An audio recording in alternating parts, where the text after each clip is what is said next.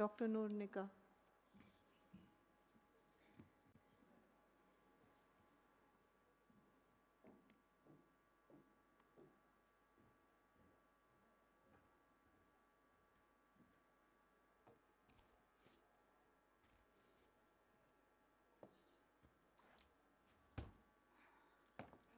जो टाइम कर रहे हैं, it's 4 minutes, not 5 minutes. आप टाइम को 4 minutes कर दीजिए, please.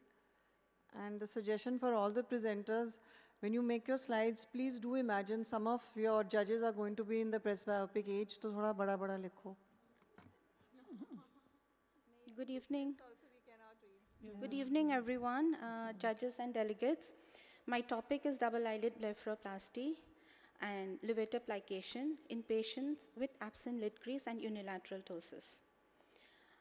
This study is based on the fact that 50% of East Asian population are born with an absent lid crease. And even congenital ptosis is very common in this population, which includes some of the states of Northeast India. So we feel that in these patients who have a naturally absent lid crease and having a congenital unilateral mild to moderate ptosis, they will benefit from an LPS plication in that eye and a double eyelid cosmetic blepharoplasty in the other eye to ensure a good symmetry. So our objective was to assess the recovery time, the patient satisfaction, and the cosmetic results. A total of 16 patients were included in the study, and most of the patients were performed under local anesthesia.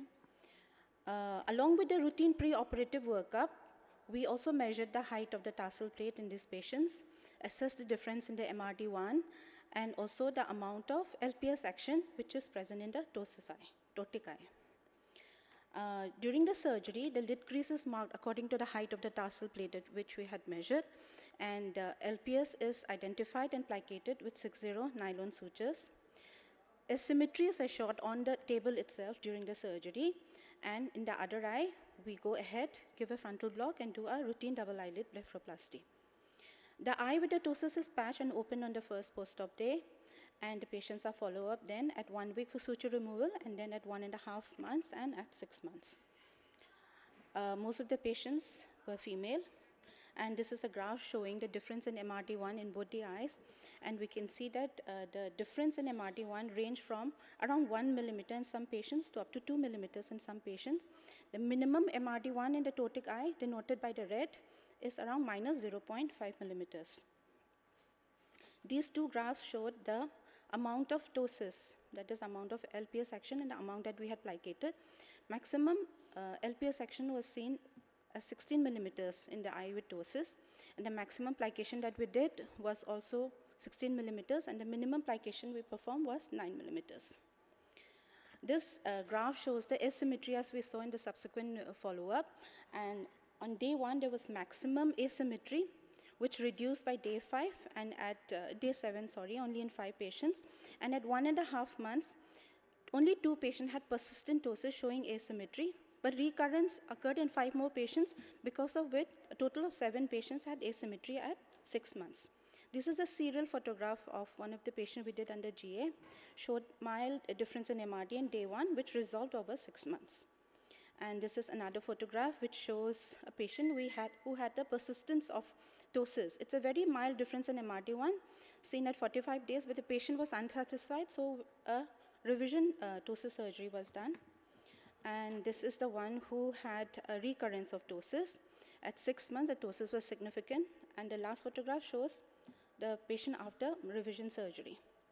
And this patient was also done under general anesthesia, and because of which he could not be assessed on table, and overcorrection was seen on the first post-op day and also on the 7th day. The patient was told to massage constantly, and without any intervention, by 6 months, it had resolved, and he had achieved perfect symmetry. So to conclude in this study, we can say that LPS plication is a quick and effective surgery to correct mild to moderate ptosis. The patient has a good LPS action. And if we combine it with cosmetic double-eyelid blepharoplasty in the other eye, it can give a satisfactory result. And slight overcorrection should always be the aim, as recurrence of ptosis is common. Thank you. Okay, nice presentation. You pass the suture through the anterior part of tarsal plate. to make the lid crease? To perform the lid crease, we pass through the in superior border of the tarsus as well as part of the, we took a bite of the LPS muscle also. Okay. This was done with 60 Vicryl and 60 silk. See, you want to say anything? So, very nice outcomes, but these are all congenital ptosis. These are all congenital ptosis, So, mild to moderate. did you find any correlation between the cases where there was a recurrence Yes, with yes. the amount of ptosis? Yes. Because some of your pictures does show that the ptosis was possibly severe and not mild to moderate. See, the patients who had an LPS action of less than 10 millimeters, we saw that in a total of 16 patients, around 10 patients had an LPS of less than 10 millimeters, action of less than 10 millimeters. They were all of them were the ones who either had persistence of ptosis or had recurrence of ptosis. So this was seen in 7 patients in total. So all of them had an LPS ranging from 9 to 10 millimeters. Those above 11 millimeters did not have any asymmetry So, do you still throughout the recommend study. plication for those groups? We did plication for that group, yeah.